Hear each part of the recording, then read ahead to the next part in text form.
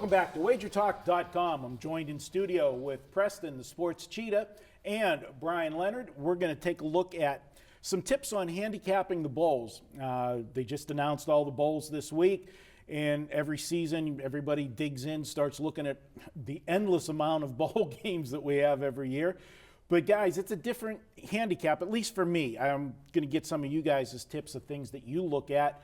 I'll start with you, Preston. When you head into the bowl games, I mean, do you treat it just like any other game, or some different factors that you look at? I think I treat it the same in general, because when I'm handicapping games every week, I'm trying to look at every possible variable, and I use that when I'm trying to determine if I'm going to play a side. But I think it is a good point to make that when it comes to bowls, there are extra variables that can come up, and the recreational bettor out there probably isn't going to be looking or digging into those ones, like they maybe would miss week to week.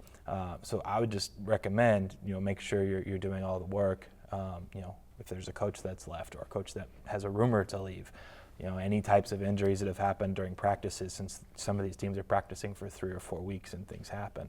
I try to do that all the time, every week. So for me, the bowl season, it's a little more work, but it's the similar system or method that I'll use week to week. But that's kind of, I guess, my advice to everyone is make sure you're not missing something before you click submit.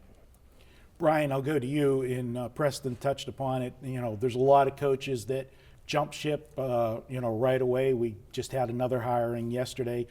Temple's losing their coach, and when guys jump, is it better to have the guy jump, or for the guy to do, no, I'm staying, and all the rumors swirling around, and then as soon as the bowl game's over, he announces that he's taking a job? Which is a bigger distraction? Everything is to be taken individually. I think Western Michigan's probably in that same, what you're talking about. PJ Fleck has said that he's going to stay. He won't comment on it, but there's no way he's staying at Western Michigan. And as we're speaking, South Florida's coach Taggart just left, went to Baylor. So it's happening all the time, and I look at it totally different than Cheetah does. I just come out and I make my power ratings, and my seasonal power ratings are already done. My final power ratings are already done. I don't include any of the bowls because the motivation's totally different in the bowls.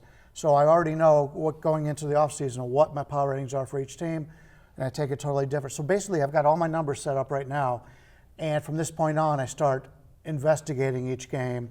You talked about the coaching changes. I always love when the coach suspends players. Not for the player's standpoint, but it just means that the coach is putting his foot down.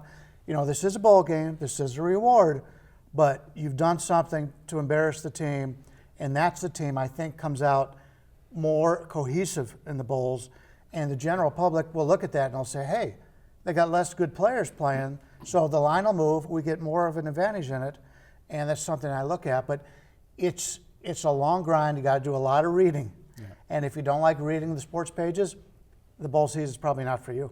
Yeah. When you said about the suspensions, I used to remember, and I know a lot of people made fun of him on air in the latter years, but Lou Holtz, I swear he used to suspend a player every year just to get the attention of the team. He was very good in the bowls, I believe, too. Yeah, that's which segues into another thing.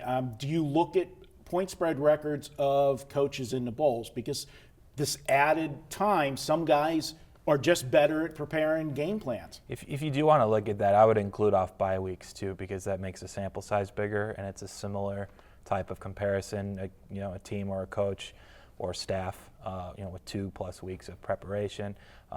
You want to account for as many potential spots that they've had. So some guys have only been to maybe 2 or 3 bowls, and they're 2-1. That's not going to tell you much, but if they've coached 9 seasons and they have a bye every season, that's another 9 games you can look at to kind of get a sense if they have a little bit of an advantage with the extra prep time versus their opponent. I don't put a ton of stock into it either way, but that would be my recommendation, is look at extra bowl time plus bye weeks during that coach's tenure. Yeah, no, we saw last year an example. Iowa was a team that went to the Big Ten championship game, and then all year they were winning games. A lot of people were saying lucky, fluky, or whatever, but they made their way to the championship game, and they were right on the cusp of going into play for the, the championship, and then they lost on a fluky end of a game. They didn't show up at all in their bowl game. Now, those are kind of things that you got to look at. Maybe some teams that had, higher, expectations of what they wanted, and then, this is a letdown going to the bowl that they're going. I like to look at that. And another one that I like to look at, and I think that people don't consider this as much, because there's such bowl affiliation with conferences, a lot of times you'll get a team that can end up in the same bowl game for 2 years, 3 years in a row.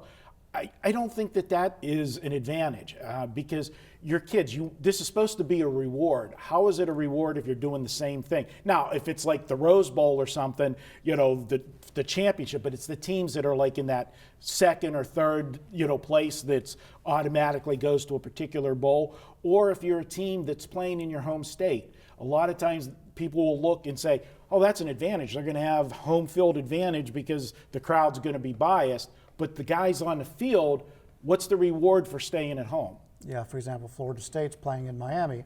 Miami hates Florida State, but it depends on what kind of people show up for the games or for the tickets. But yeah, there's a lot of things you need to look at. Who wants to be there, obviously, and that's the major one. You just want to see who is happy to be there. People are happy to be at the Bahamas Bowl, I know that, because they always show those teams, they're like on the fringe of maybe not even making the bowl, and they get to go to the Bahamas. It's always great, and that's probably why it's such an exciting game every year. And there's always 200 points, so just play the over in that game. Yeah. All right, guys. Well, good stuff. Hope that helps you guys in your own handicapping. Of course, you can check out wagertalk.com, and we're going to have a special note about our special bowl issue coming up. We're going to talk about that in a separate video. And don't forget, use coupon code Penn State 10. You can save $10 on this week's stuff at Wager Talk, and you can use it on the weekend all access, $69. We'll be back with more here at Wager Talk.